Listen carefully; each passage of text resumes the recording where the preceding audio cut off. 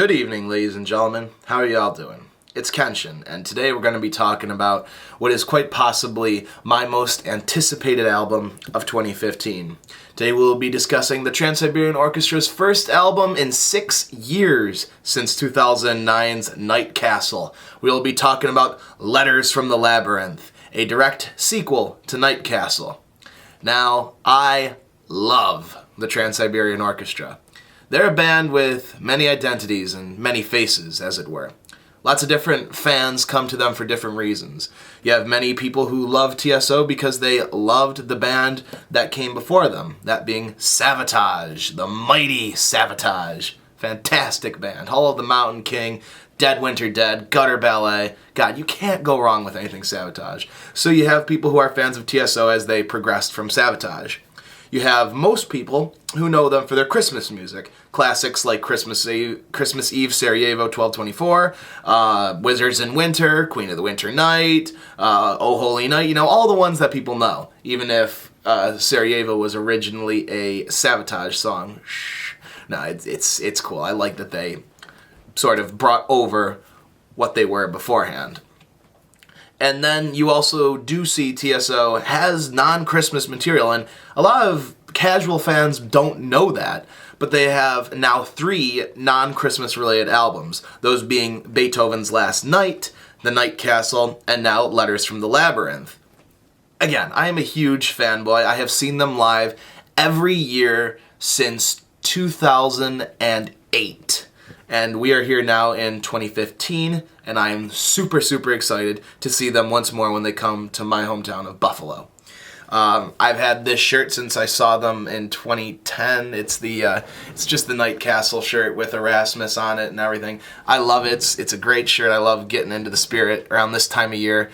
And they're a very, very special band to me. Ever since I saw them, I think the first time I saw them I was 12 years old. And now here I am, I'm almost 20. I'm 19.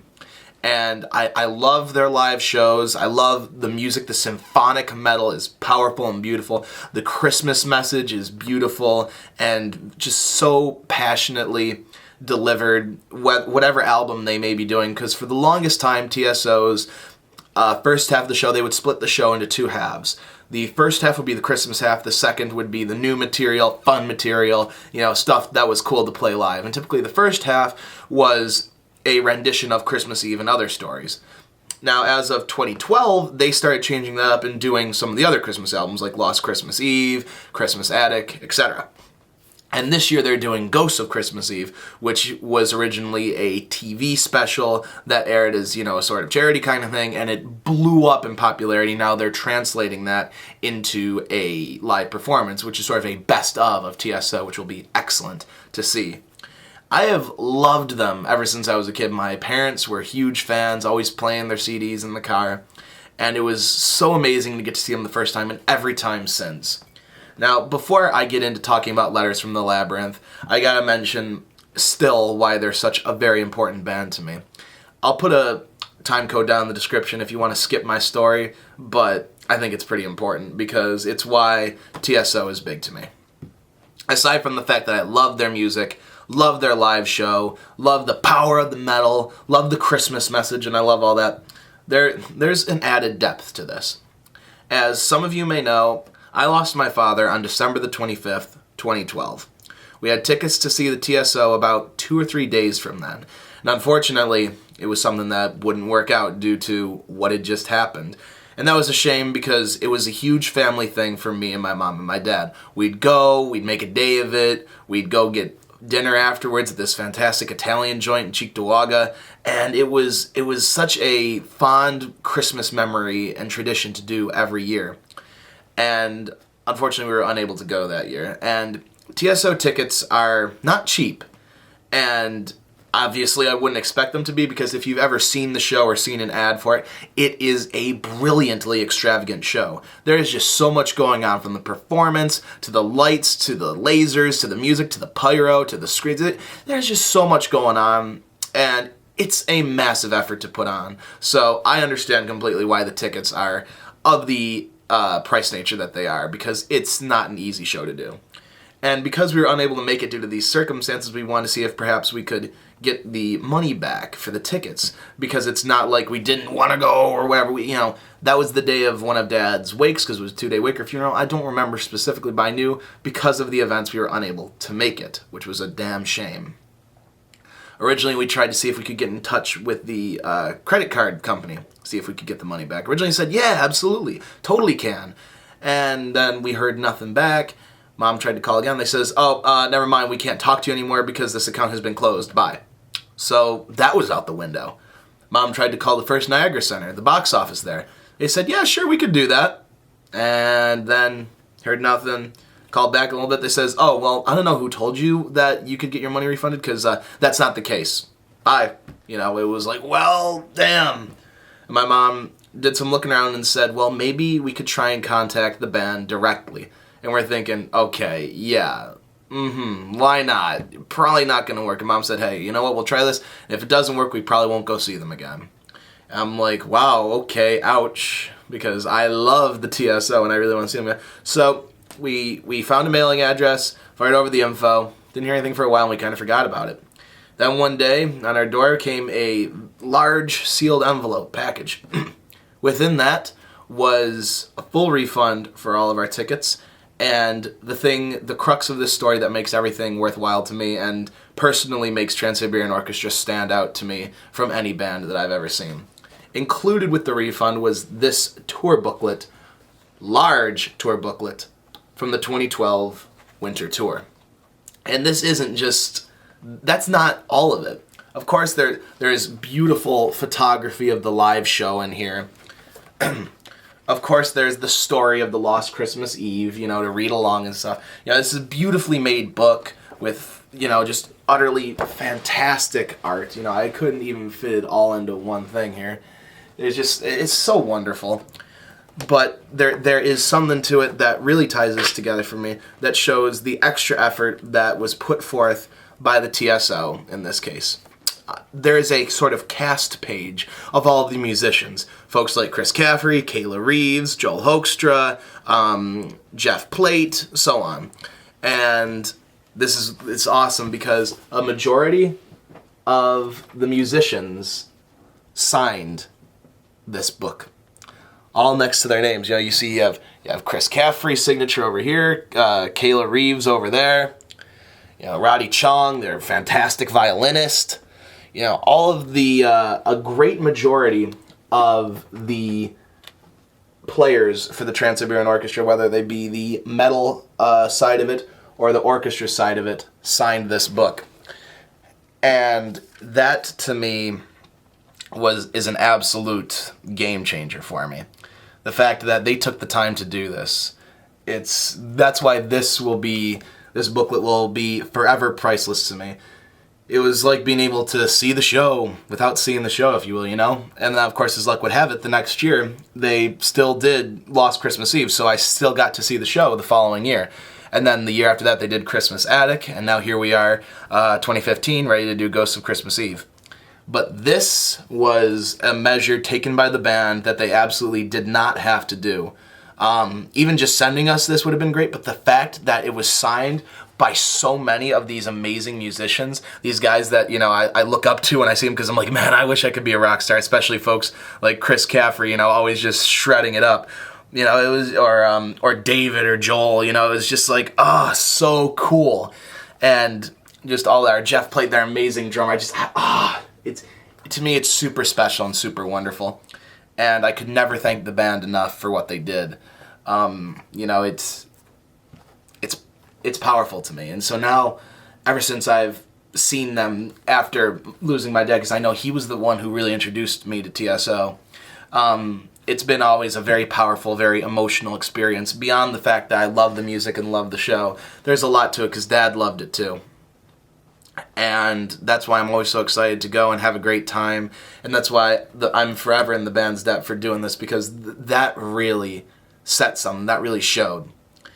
And that's why TSO is so very special to me. And that's why I'm so excited to see them again. It's been a few years since, and I've loved it every year. They always impress me. But enough on the story. Let's talk about Letters from the Labyrinth. All right. So this is actually one of TSO's shortest albums, if not the shortest to date. This is their third non-Christmas album, and it clocks in just under an hour. Now that's quite a departure from the length of Night Castle. Night Castle was more than 2 hours long, and it had songs that reached up to 11 minutes, such as Epiphany. And how does it fare when compared to the album that it is seen as a sequel to? In a way, it is a more tighter, more focused, more controlled effort, and thus could be superior. But also at the same time, it depends on what kind of fan you are. Now me, I thought Night Castle was absolutely fantastic. Unfortunately, a lot of people felt it was overindulgent, went on too long, just kept going and noodling, and perhaps collapsed under its weight, was perhaps too ambiguous. Just collapsed under its weight and was perhaps too ambitious. Me, I failed to see that. To me, Night Castle had so many great moments and not one bad one, and it was overall just so fantastic. It had some really stellar standout tracks like The Mountain, Toccata Carpimus Noctem, and of course the fantastic tracks like There Was a Life, Dreams We Conceive, Epiphany, and some wonderful instrumentals, like I said, like The Mountain, Toccata Carpimus Noctem, Moonlight and Madness, songs like Sparks, which were just so great. Just some really wonderful moments and some perhaps change-ups for the band. Something like Another Way You Can Die. That was very different for them from the sound we're expecting. Or perhaps the wonderful take on Carmina Burana of O Fortuna. It's fantastic. And I loved everything about Night Castle.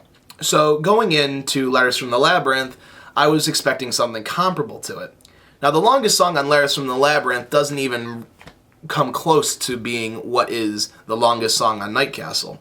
I believe the longest song on Letters from the Labyrinth is not even 5 minutes. I think the longest song is about 4 minutes and 13 seconds. And that's actually Forget About the Blame, which is not one of the more like atmospheric, all over the place kind of tracks like something like The Mountain would have been. But that doesn't mean that's a bad thing. In fact, there are some great moments of absolute maturation and progression here for the band. In previous albums, again, I'm going to compare it right to the Night Castle here because this is a sequel and it's the most recent album from TSO, aside from this one. I felt that the orchestra was a bit majorly underplayed in Night Castle. Don't get me wrong, I love the album, it's one of my favorites of all time. But Night Castle felt like the rock section of the Trans-Siberian Orchestra, the metal section, was more in the forefront. The orchestra was rather forgotten. There was fantastic progressive symphonic metal, but a majority of the orchestra was kind of shoved to the side. And thankfully that is not the case here in Letters from the Labyrinth. Letters features the orchestra in great abundance and puts them to fantastic use in some very fantastic parts. And overall the album has a fairly good pacing, though I feel it starts very strong, then slows down a little bit near the end, but there are still some great highlights. And I've heard this album because it was released in a fan club pre-release streaming listening party. And as such, I don't have all of the individual stories for each track to read along with it. So perhaps the true message of each track is currently being lost on me because I don't have the story to give it depth. Because some tracks may be far more relevant if you know the tale behind them. We'll find out in time. But as far as the music goes, there are some great moments here. So let's get into it and talk about each track and give the feelings on it. So we start off with Time and Distance. Now this is rather reminiscent of the opener for Night Castle, which happened to be Night Enchanted, which was a take on Dies Irae. And this is different, though. It doesn't retain the same structure or anything. There is similarity to it. And that is one criticism I do have that takes place on Letters from the Labyrinth. There are some reused motifs and moments from Night Castle, but I can't really, slap them around too hard for it because I love the way it sounds anyway, so it's not like, oh, they're recycling, because I love the sound. I'm not going to complain that there's more of it. But Time and Distance, if you've seen the band at all since 2013, you have heard this song played live. It has been their opener, and it was great to finally actually get to hear the track on the album, focus on it, and actually hear the last minute of it, because usually they clip the last minute of it when played live so they can transition into Winter Palace. And it was cool to actually hear the rest of it, and now be able to hear it at will, so I don't have to wait just to hear it live every year. It's a great track, sets the pacing for the album, and there's the subtitle to it, Time and Distance, The Dash. And the story for The Dash has been released to be read alongside. And the concept for the song is fantastic. I think perhaps the subtitle of the song, The Dash, has a lot more meaning than actually the title of Time and Distance. After having read the short story that accompanies it, I understand the dash, meaning the dash between the time we were born and the time we died, and our gravestones. That's the time that matters, the time we live, the time that we have a chance to influence things and do things and act, leave our mark on the world. The dash, the time and distance that we cover in that time is what matters. Regardless, it is a very great opening track to get you in the mood, very heavily focused on the choir vocals and orchestral moments. Very good. So then we move into Madness of Men, an instrumental track. I have a feeling this one's going to be played live, and I'm excited about that, because this is just a wonderful song. It goes lots of places, great use of piano, great use of violin, and overall, and of course, just great use of pacing and percussion, the dun dun dun dun dun. Why am I trying to recreate this without, I can't do this multifaceted percussion, piano, string kind of thing here, what am I doing? But it's wonderful. It feels like TSO reinvented. It's the song that you know and love, but it's given an extra sort of kick because they feel a lot more confident with what they're doing here. And then we have Prometheus. Now, I should mention that the concept of this album, it doesn't tell a direct story like Night Castle did. Night Castle had a very clear beginning, middle, and end. This is a sequel to it, but rather acts as conversations between the past and hopes for the future, being communicated through letters. I have a feeling Erasmus from the Night Castle has a lot to do with this. Maybe because, I don't know, he's on the cover, and the quote lyric from Night Castle, and in that room, the old man sitting there, he's writing notes and drops them in the air somewhere outside upon an ocean breeze which takes them out far past where the eye can see. So I have a feeling that there's some cross there to that. But Prometheus is about the fall of the Berlin Wall, actually, because each track sort of is a take on something historical or perhaps something specific. And Prometheus is about the fall of the Berlin Wall. It's heavily keyboard fueled, and it's cool. It's a fun track, but I don't think it has as much strength as it could. Madness of Men did have a lot of keyboard fuel to it too, and it felt like it fully delivered. I loved the way it sounded, loved the way it progressed, loved the different moments and the surprises and the shifts and the changes. It was a great song. And I felt like Prometheus could have been that and had some great moments, but overall didn't have enough for me. The vocals that come in at the end, are good. It's exactly what you'd expect. It's the fellow who's done a lot of vocals for TSO songs that we are quite already used to, that being Jeff Scott Soto. And it's a good track, and they deal with the concept well, without directly saying, the Berlin Wall, this is the fall of the Berlin Wall, this is what we're talking about. It deals with the concept well where you could perhaps infer it without knowing it, and they do a good job of it. Then we move on to what I think is perhaps a favorite of mine from the album, that being Mountain Labyrinth.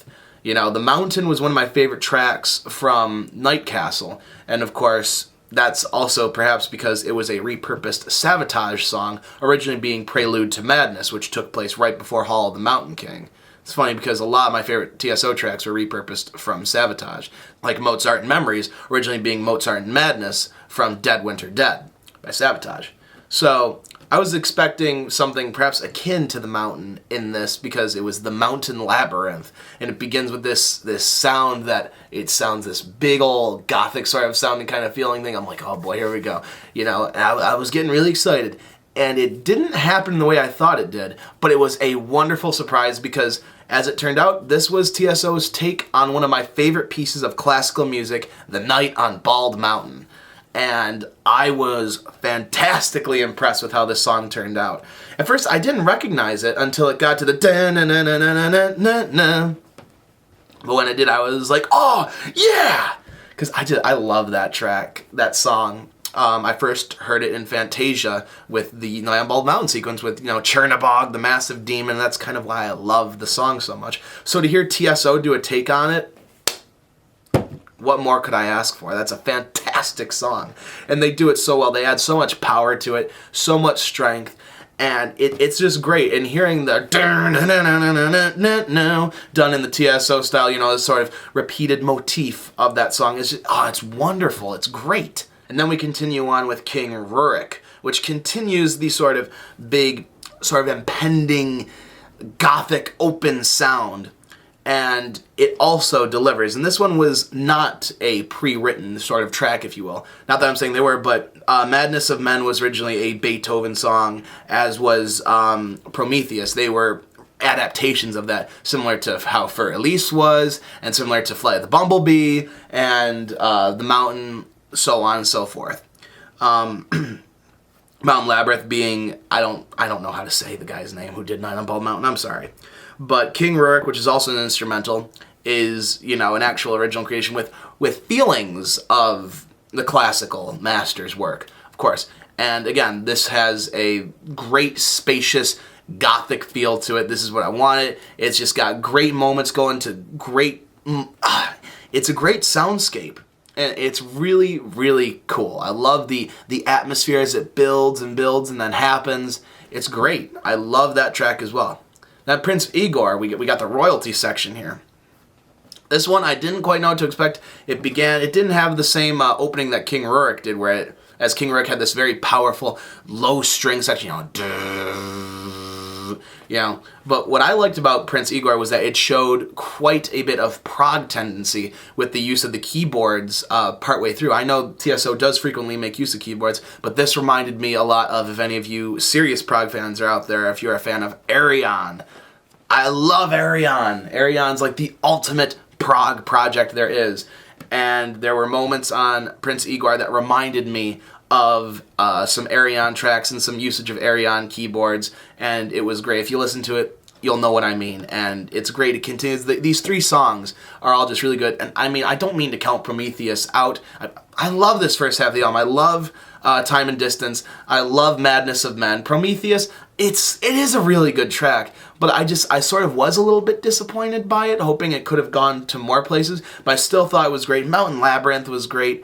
King Uruk and Prince Igor, both great. So I don't mean to be like, oh, well, you know, Prometheus was crappy. I just sort of thought with a title like Prometheus, you know, the one who stole fire from the gods, and perhaps the Septic Flesh song of the same name, I was expecting something more powerful and more dramatic. I think that was sort of my feelings on it, but not that it was bad at all, because this first half of the album is just so gripping and so good. After Prince Igor, we move on to The Knight Conceives. Now, this is another one that, if you listen to it, you will notice that you've heard this before. This has been played live several times over the past few years, and has been played wonderfully, brought to life by the stunning, the beautiful, the talented Kayla Reeves. Her vocals lend such ferocity to this track, such power. It's like when she sings, you are cemented in. It kicks so much ass, both live and on the track.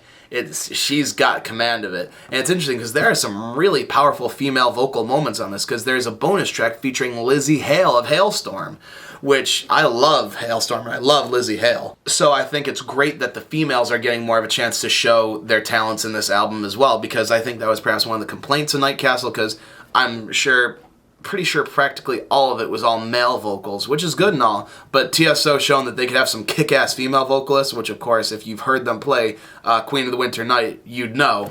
But this also shows that hailstormy kind of edge, you know, that's the best thing I could compare it to, that the normal person would know. That really, you know, rusty, raspy, kick-ass voice. You know, I can't even pretend to emulate how Kayla does it. You know, it's just a great rockin' track. It feels like just, it's great.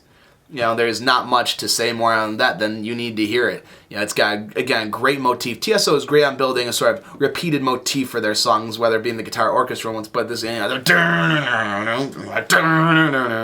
and the vocals just pair so well for it. It's just a joy to listen to. It's fun. And the scream at the end, how could you not love that? Night Conceives is a great song. And then forget about The Blame, the Sun version. This is the version with the male vocals. I wasn't sure how to feel about this originally, but after listening to it once and then listening to it again multiple times today, I really like this song. It feels different for the TSO, and that's perhaps because it's not a TSO song. It's originally written by Johnny Green, And this is a love song, which is kind of shocking. I mean, I know TSO does deal heavily with concepts of love, emotions, feelings, the heart, you know, all that good stuff. But this was a very straightforward sort of love relationship song, sort of the idea that maybe things aren't working out in this relationship and maybe it would be better to go the separate ways. But no, we gotta try and fight. We gotta forget about all those bad things. We're two hearts meant to be together. And it's a powerful song, honestly. You know, I can relate because sometimes who doesn't have problems in their relationship, and oftentimes because it's their fault. But I do my best. And me and Kyrie are wonderful together. But sometimes, when either of us has a bad day, we can make the other feel bad unintentionally. And so sometimes we gotta remember to forget about the stupid, silly, bad things that happen in our lives and go from there and remember what's important. And this song works wonderfully as a ballad to tell that sort of story of emotion. And it's wonderful. It's powerful, it's hopeful, it's not joyful, but it's not depressing. There's hope to it, and it's inspiring, and it honestly brought me to tears. It's a great song, though. So honestly, the album is still kicking ass here, and then we move on to Not Dead Yet. This one talking about the world banking controversies.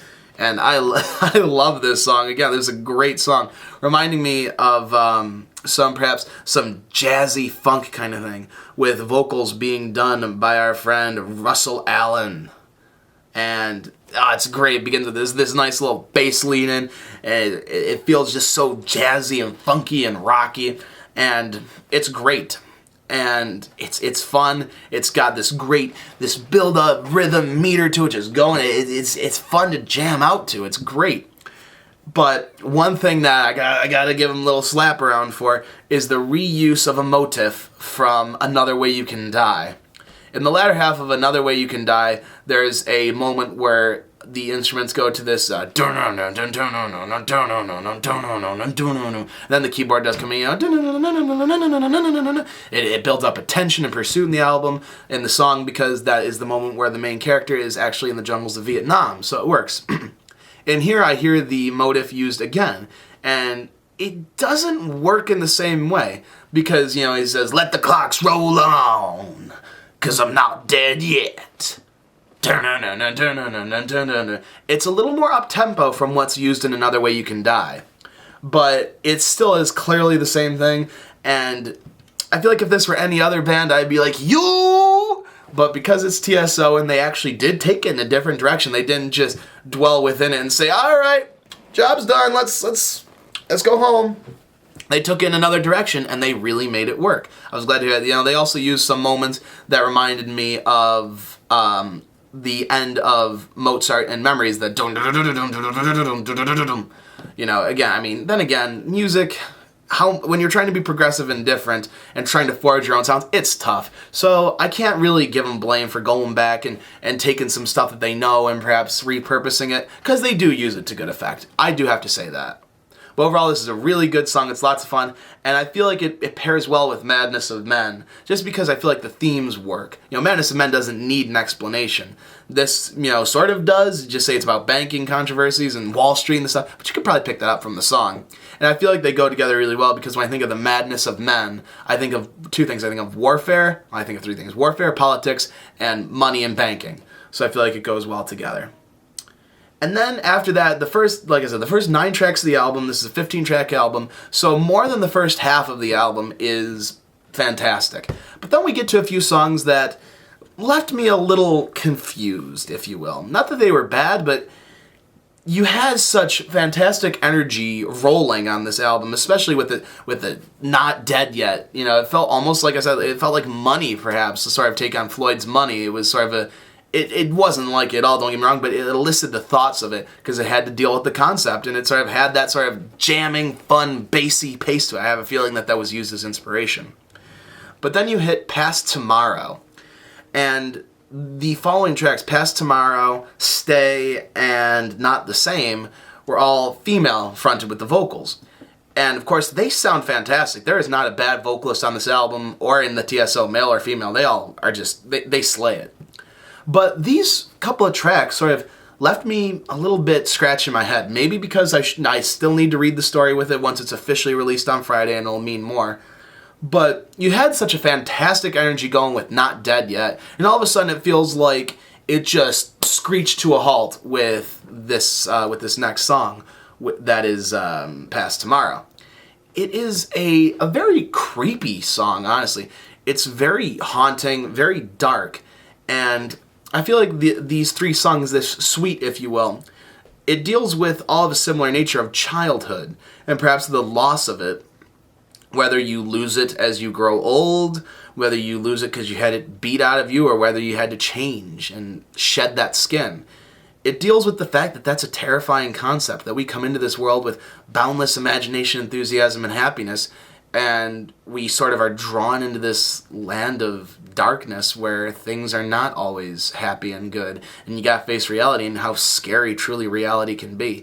Perhaps that's the genius of these songs, because they're simplistic compared to a track like Prometheus, compared to a track like Madness of Men or Mountain Labyrinth. They're more simplistic, but they work.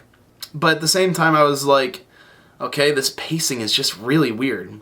Especially Past Tomorrow, because it's a very simple song, but what I do like is the construction of it, because as it goes, this haunting, chilling female vocal using some occasional echo effects, it sent shivers up my spine.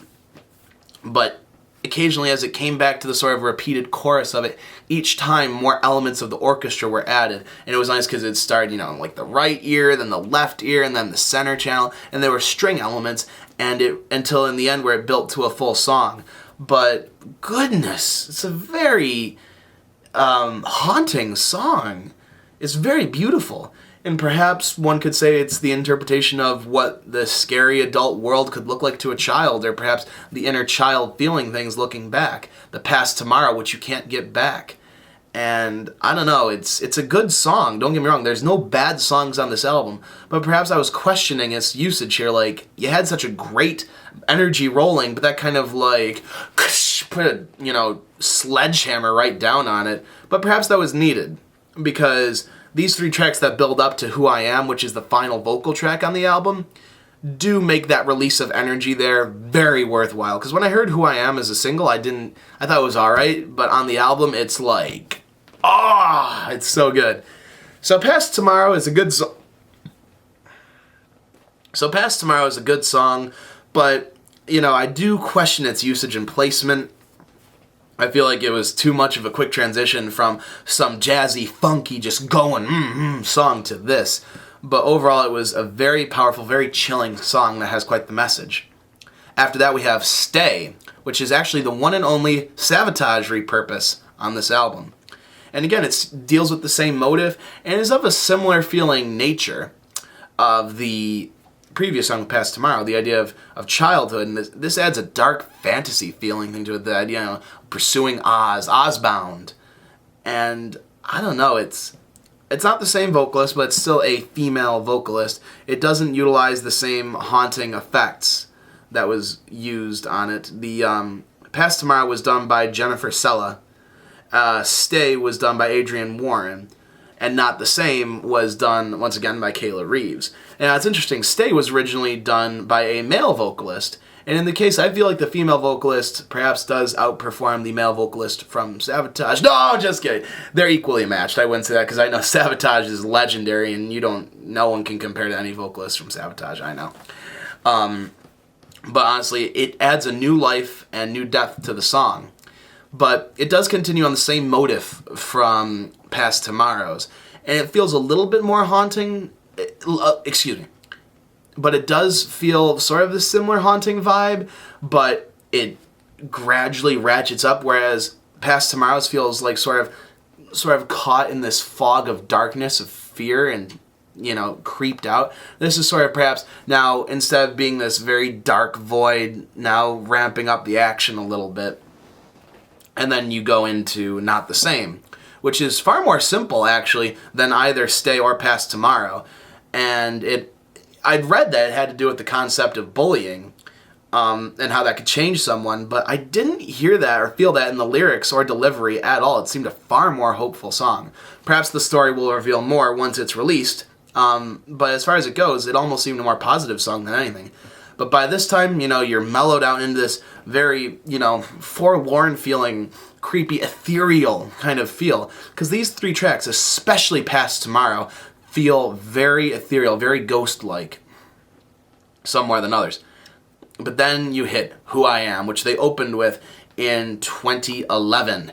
And, of course, it's this fantastic final release of energy after this tension building up in these past three songs. You know, and it's great. Dun dun dun dun dun dun dun dun dun dun dun dun dun dun. It's delivered wonderfully. You know, it's got that great, you know, first minute opening.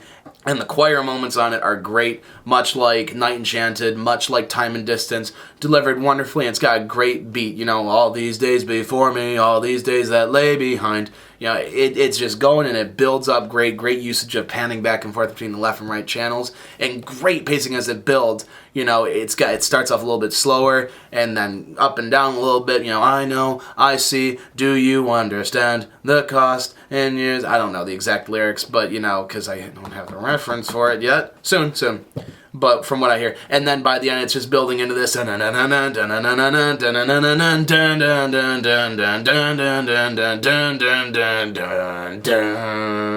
It's classic TSO, and finally, after these three past tracks, where it's sort of like wondering what are they doing here, finally, Who I Am is just this great eruption.